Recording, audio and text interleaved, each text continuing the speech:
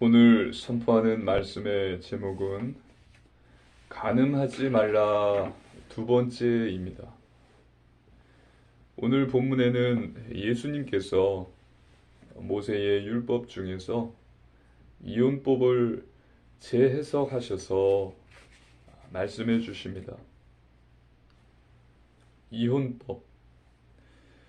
오늘 선포되는 말씀 속에서 하나님께서 우리에게 주신 율법을 바로 깨달아 새 힘을 얻고 응답받고 은혜 받으시기를 주님의 이름으로 축복합니다.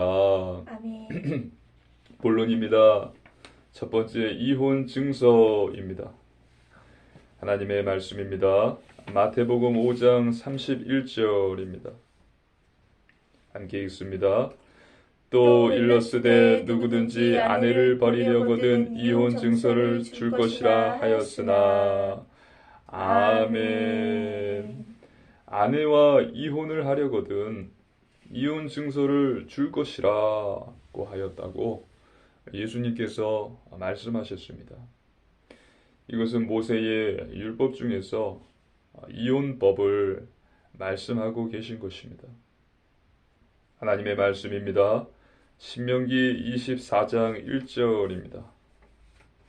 신명기 24장 1절 함께 읽습니다. 사람이 아내를 맞이하여 데려온 후에 그에게 수치되는 일이 있음을 발견하고 그를 기뻐하지 아니하면 이혼 증서를 써서 그의 손에 주고 그를 자기 집에서 내보낼 것이요. 아멘. 남성이 한 여성, 아내를 데려왔을 때 수치되는 일이 있음을 발견하고 그를 기뻐하지 아니하면 이혼 증서를 써서 내보라는 것입니다. 이혼 증서를 써서 내보내라. 지금 모세를 통해서 하나님께서 주신 율법에 기록되어 있는 것입니다.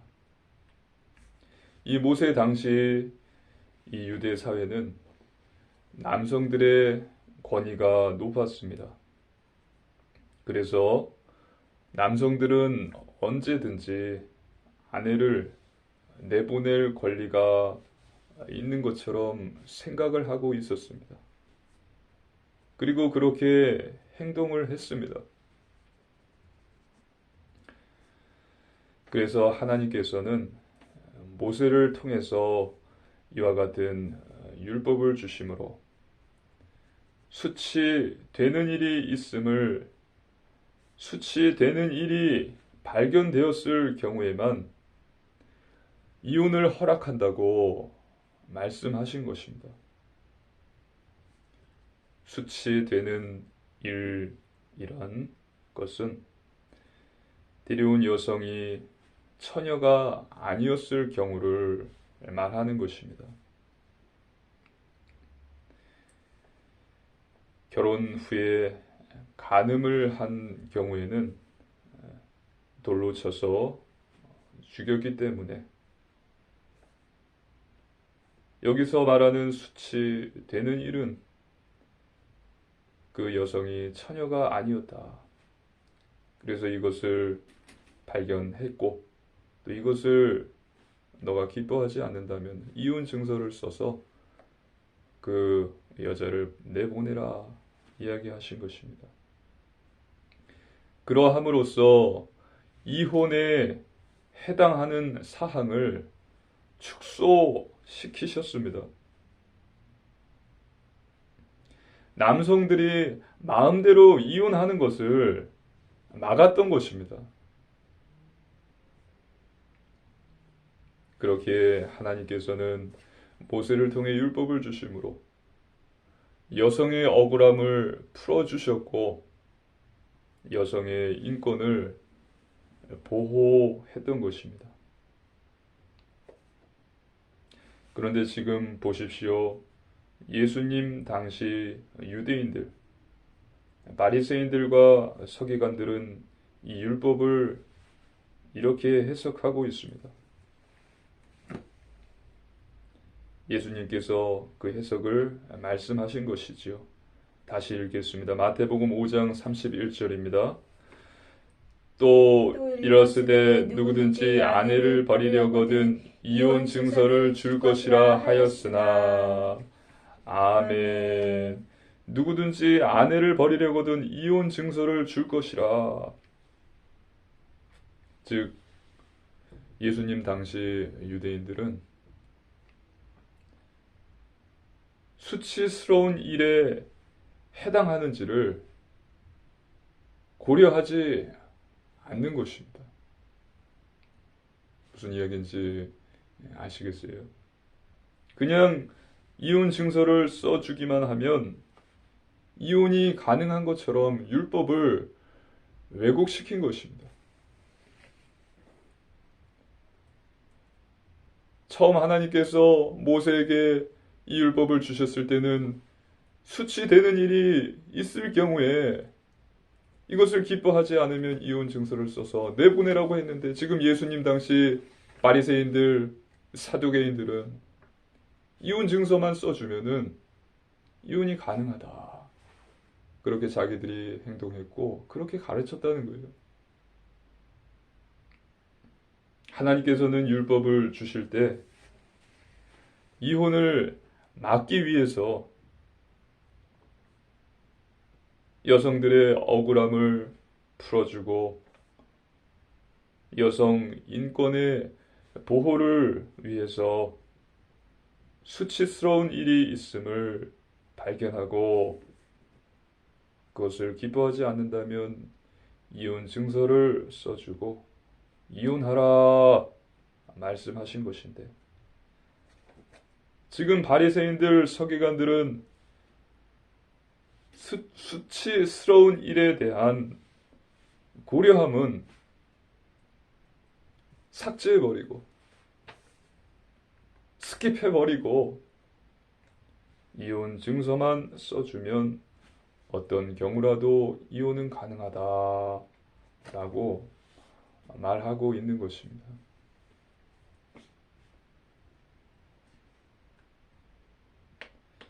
아전인수격으로, 즉 자기 자신에게 유익이 되는 쪽으로 이 율법을 왜곡하여 해석하고 말해주고 있는 것입니다. 남자들이 쉽게 이혼을 결정하던 시대에 하나님께서는 이 이혼법을 주심으로 이혼을 줄이셨는데, 지금 유대인들은 자기들 마음대로 이유만 합당하게 여겨지면 이혼 증서를 써주어 언제든지 내보내면 되는 것으로 해석하고 있는 것입니다. 율법의 정신을 완전히 왜곡하고 있는 것입니다. 그리고 이 모든 것은 그들의 육신의 정욕, 음욕, 죄와 연결되어 있는 것입니다.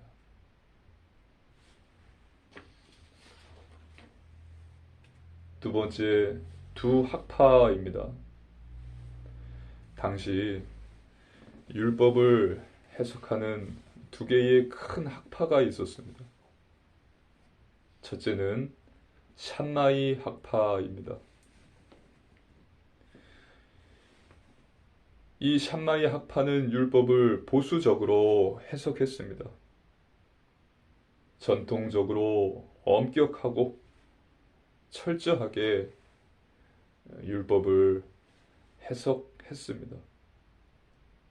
이들은 아내에게 발견되는 수치스러운 일에 대한 말도 빠뜨리지 않았습니다. 그래서 함부로 이혼 증서를 쓰면 안 된다. 정말 수치스러운 일이 발견되었을 때만 이혼 증서를 써야 한다.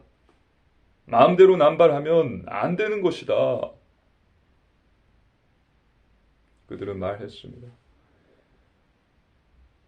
하나님이 모세에게 주신 율법, 이 율법의 정신과 같았습니다. 샴마이 학파고요. 둘째는 힐렐 학파입니다. 힐렐 학파는 진보적인 학파였습니다.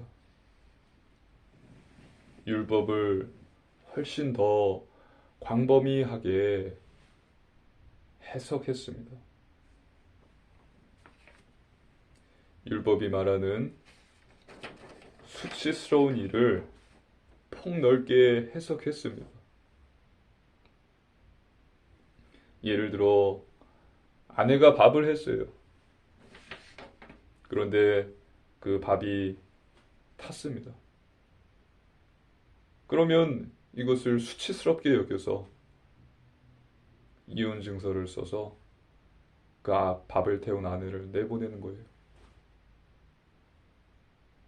그리고 다시 다른 아내를 드리겠죠. 또 국을 끓였는데 국이 좀 짜요. 그래서 남편 기분이 상했습니다. 이혼 증서를 써주는 거예요. 가라. 그렇게 내쫓을 수 있었던 것입니다.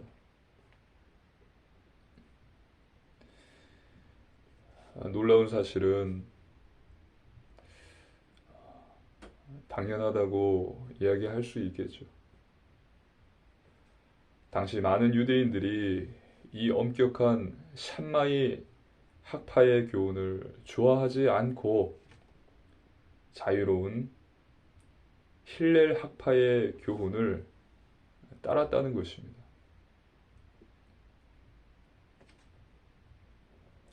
힐렐 학파의 잘못된 율법 정신을 따라서 밥을 태우고 또 국을 짜게 하고 또 자기 아내가 같이 길을 가다가 어떤 남성과 이야기를 나누는 것을 보고 이 남편이 불쾌해졌어요. 그러면 이혼 증서를 써서 나가라. 그리고 또 다른 여자를 아내로 들이는 거죠. 아무튼 이 힐렐 학파의 잘못된 율법 정신을 따라서 자유로이 마음이 내키는 대로 아내를 내보냈다는 사실입니다. 많은 종교 지도자들도 샴마이 학파가 아닌 힐렐 학파의 해석을 지지했습니다. 그리고 온갖 더러운 죄, 육신의 정욕, 음욕에 사로잡혀 있었던 것입니다. 그러면서 그들은 백성들에게 그것을 가르치고 있었던 것입니다.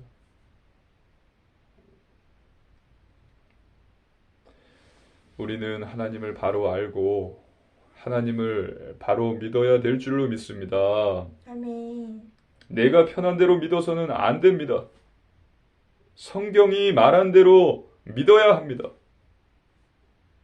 그래야 살 수 있습니다. 예수님께서 어떻게 말씀하셨는지를 보십시오. 다 이루었다. 그 말씀은 보지 마시고 예수님이 어떤 말씀을 하셨는지를 보십시오. 예수님께서는 십자가를 지고 나를 따르라 말씀하셨습니다. 너희가 나를 따라오려거든 자기 십자가를 지고 나를 따르라 말씀하셨습니다. 하나님의 말씀입니다. 마태복음 7장 13절로 14절입니다. 한 절씩 교도하시겠습니다. 좁은 문으로 교도하시겠습니다. 좁은 문으로 들어가라. 멸망으로 인도하는 문은 크고 그 길이 넓어 그리로 들어가는 자가 많고 생명으로 인도하는 문은 좁고 길이 협착하여 찾는 자가 적음이라. 아멘. 예수님께서는 우리에게 좁은 문으로 들어가라고 말씀하셨습니다. 멸망으로 인도하는 문은 커서 그리 들어가는 자가 많고 생명으로 인도하는 문은 좁아서 찾는 자가 적다고 말씀하셨습니다. 즉, 좁은 문으로 들어가라! 믿으시기를 주님의 이름으로 축복합니다. 아멘. 하나님의 말씀입니다. 마태복음 5장 32절입니다. 함께 읽습니다.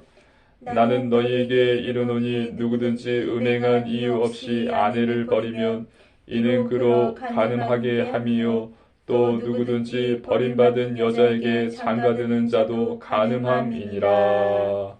아멘. 예수님께서는 나는 너희에게 이르노니 이야기하십니다. 누구든지 음행한 이유 없이 아내를 버리면, 즉 아내에게 수치스러운 일을 발견하지 못했는데 너희 맘대로 아내를 버리면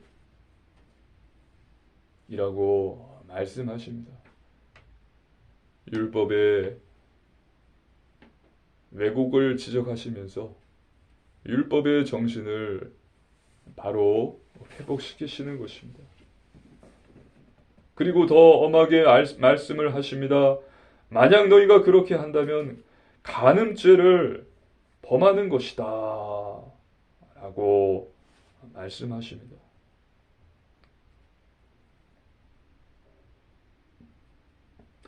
밥을 태웠다고, 국을 짜게 끓였다고 아내를 버린다면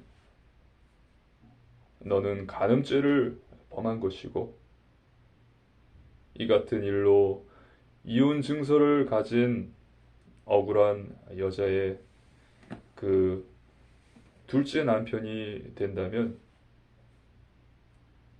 역시 간음죄를 범한 것이라고 말씀하신 것입니다. 자기 자신뿐만이 아니라 그 여자 또한, 그 여자의 둘째 남편 또한 간음죄를 범하게 하는 것이다. 간음죄를 2번 짓는 것이다. 말씀하신 것입니다. 그래서 돌에 맞아 죽어야 한다고 말씀하신 거예요. 그렇게 처음 그 율법의 정신을 완전히 회복하셔서 말씀하신 것입니다. 세 번째, 바리새인 시험입니다. 바리새인들은 이 말을 듣고 나중에 예수님을 찾아옵니다. 그리고 예수님을 시험해요. 하나님의 말씀입니다. 마태복음 19장 3절로 6절입니다.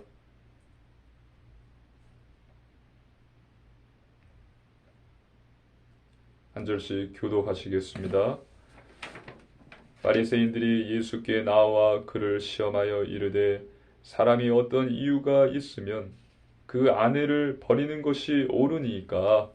예수께서 대답하여 이르시되 사람을 지으신 이가 본래 그들을 남자와 여자로 지으셨고 말씀하시기를 그러므로 사람이 그 부모를 떠나서 아내에게 합하여 그 둘이 한 몸이 될지니라 하신 것을 읽지 못하였느냐.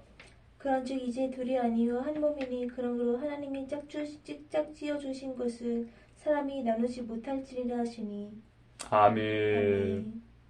지금 바리새인들은 예수님을 찾아와서 그렇다면 어떤 이유가 있어야 이혼을 할 수 있는 것인가? 이혼의 근거를 확보하여서 자기가 원할 때 이혼하고 싶어하는 바리새인들에게 예수님께서는 부부의 본질을 말씀해 주십니다.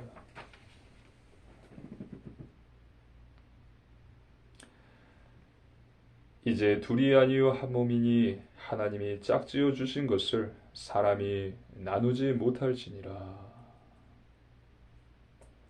그 본질을 이야기하십니다. 하나님의 말씀입니다.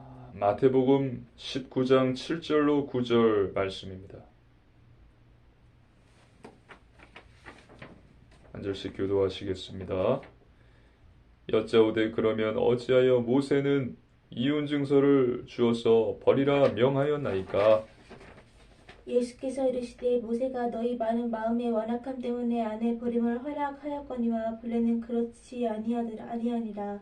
내가 너희에게 말하노니 누구든지 음행한 이유 외에 아내를 버리고 다른 데 장가 드는 자는 간음함이니라.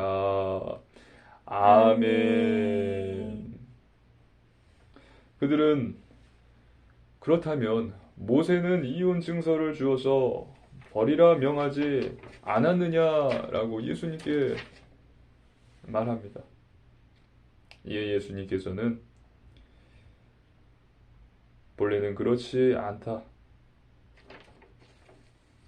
모세가 그렇게 말한 것은 너희 마음의 완악함 때문이다 라고 말씀하십니다. 그리고 그곳에 있는 바리새인들에게, 유대인들에게 누구든지 음행한 이유 외에 아내를 버리는 자, 즉 수치스러운 일이 없음에도 불구하고 너희 멋대로 아내를 버리는 자, 그 자는 간음한 것이라고 말씀하십니다.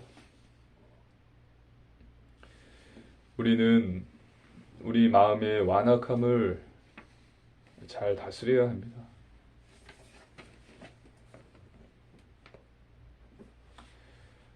마음의 완악함.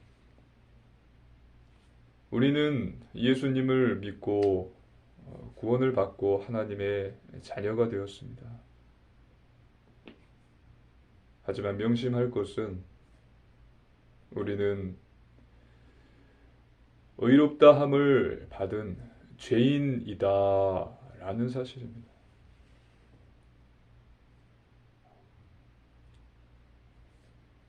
우리는 죄인이지만 하나님께서 우리를 의롭다 여기셨어요.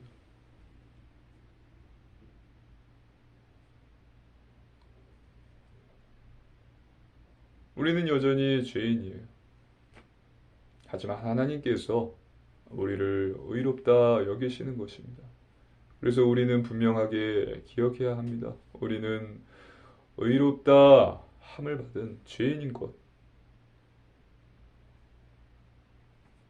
그래서 지난주에 말씀드렸듯이 우리의 마음속에 아직 죄의 불씨들이 남아 있습니다. 죄를 다스려야 됩니다.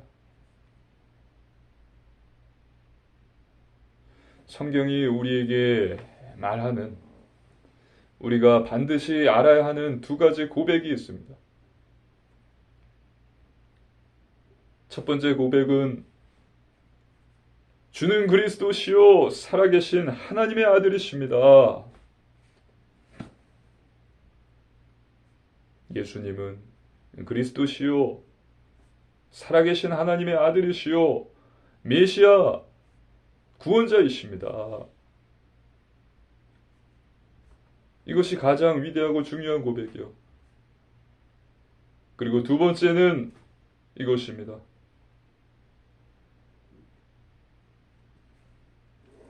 주여, 나는 죄인입니다. 불쌍히 여겨 주시옵소서.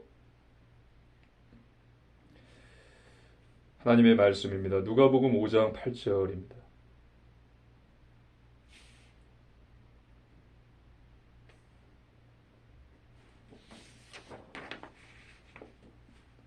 누가복음 5장 8절입니다. 함께 읽습니다. 시몬 베드로가 이를 보고 예수의 무릎 아래에 엎드려 이르되 주여 나를 떠나소서 나는 죄인이로소이다 하니. 아멘. 베드로가 고백하죠. 예수님을 처음 배웠을 때 나는 죄인이로소이다.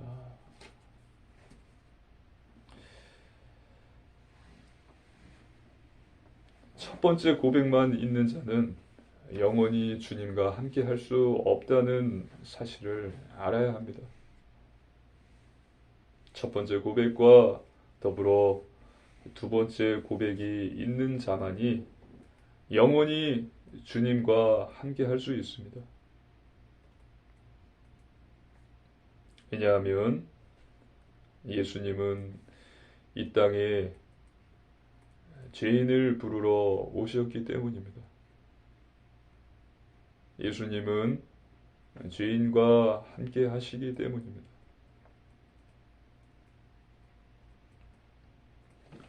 죄인인 우리를 부르시고 구원하셨습니다. 그러나 이 땅을 사는 날 동안 우리는 여전히 죄인입니다.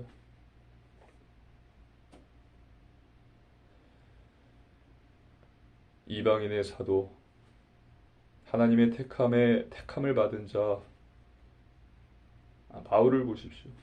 전도자 바울의 외침입니다. 하나님의 말씀 로마서 7장 24절로 25절입니다.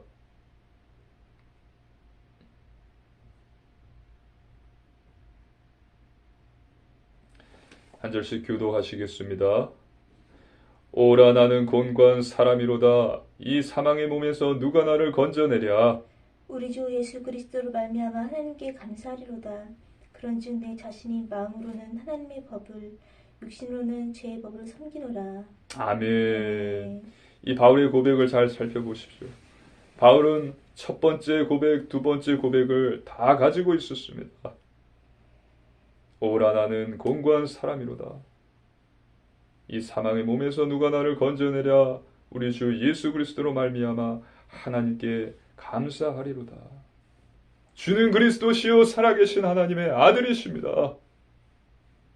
주여, 저는 죄인입니다.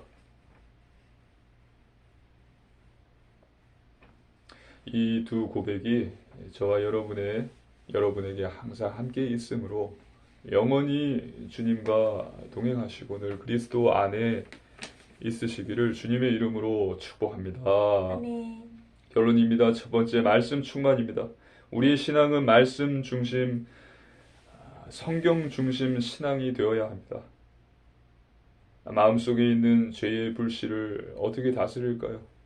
이 죄를 어떻게 다스릴까요? 오직 하나님의 말씀으로만 다스려집니다. 내 안에 계신 오직 성령 하나님의 역사로만 가능합니다. 그리고 하나님 말씀은 사단을 공격하는 무기입니다. 매일 성경을 읽고 묵상하십시오. 둘째, 오직 믿음입니다. 하나님 말씀을 믿으시기 바랍니다. 하나님의 약속, 언약을 굳게 붙잡으십시오. 우리는 실패할 수 있습니다. 그러나 하나님은 실패가 없으십니다. 하나님께는 실패가 없으세요. 모든 것이 합력하여서 선을 이루게 하시는 분이십니다. 그분의 약속을 믿고 기도하십시오. 셋째, 오직 순종입니다. 하나님께서는 우리의 삶 전체를 살펴보시는 분이십니다. 마음의 중심을 보십니다. 기억하십시오. 전도보다 더 중요한 것은 지금 내가 임마누엘, 하나님이 나와 함께 하시다, 임마누엘이 되어지고 있는가입니다. 내가 지금 임마누엘 하는데 나의 삶이 자유분방하고 방종하고 방탕하고 타락에 빠져 있다면 그것은 임마누엘이 아니겠죠. 그냥 주입식 교육으로 임마누엘 하고 있는 것입니다. 하나님 말씀입니다. 계시록 3장 17절입니다. 계시록 3장 17절 함께 읽습니다. 내가 말하기를 나는 부자라 부유하여 부족한 것이 없다 하나 내 공고한 것과 가련한 것과 가난한 것과 눈먼 것과 벌거벗은 것을 알지 못하는도다. 아멘. 그냥 주입식 교육으로 임마누엘 누리자. 그러면서 삶은 방종과 방탕과 타락이고 여기에 빠져서 허우적대고 있는 거예요. 그건 임마누엘이 아닙니다. 임마누엘이 되어지는 자는 순종합니다.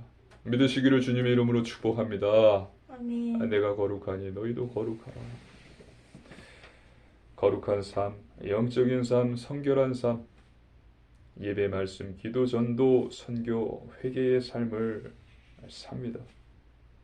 하나님 말씀입니다. 계시록 2장 21절로 23절입니다. 한 절씩 교독하시겠습니다. 또 내가 그에게 회개할 기회를 주었으되 자기의 음행을 회개하고자 하지 아니하는도다. 볼지어다 내가 그를 침상에 던질 터이요 또 그와 더불어 간을 맞는 자도 만일 그 행위를 회개하지 아니하면 큰 환난 가운데서 던지고 또 내가 사망으로 그의 자녀를 죽이리니 모든 교회가 나는 사람의 뜻과 마음을 살피는 자인 줄 알지라. 내가 너희 각 사람의 행위대로 갚아주리라. 아멘. 하나님께서 음행하고 타락한 두아디라 교회에 하신 말씀입니다. 우리는 주는 그리스도시요 살아계신 하나님의 아들이십니다. 이 고백과 주님 저는 죄인입니다. 이 고백이 있기를 기도합니다. 그래서 우리 삶에 회개가 일어나고 회개의 영이 임하고 성령이 임재하시고 성령의 충만함을 받고 늘 그리스도 안에 거하고 임마누엘이 정말 되어지기를 기도합니다. 주님을 의지하는 자는 성령 하나님께서 도우십니다. 그래서 이번 한 주도 하나님과 영혼을 사랑하고 죄를 회개하고 은혜를 사모하며 두 가지 위대한 고백을 하며 성령의 도우심을 받아 참 복음의 증인으로서는 우리 사랑하는 초대교회 성도님들 되시기를 주님의 이름으로 축복합니다. 아멘. 함께 기도드리시겠습니다. 살아계신 하나님 아버지 감사를 드립니다. 하나님과 영혼을 더욱 사랑하는 자 되게 하여 주시옵소서. 회개의 영이 임하게 하여 주시옵소서. 회개하고 하나님의 은혜를 간구하는 자 되게 하여 주시옵소서. 아버지여 두 가지 고백이 있게 하여 주시옵소서.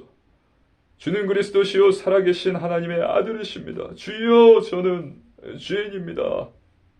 고백하게 하소서. 그래서 성령의 도우심을 받아 참 복음의 증인 되게 하여 주시옵소서. 감사드리며 우리 주 예수님 이름으로 간절히 기도드리옵나이다. 아멘.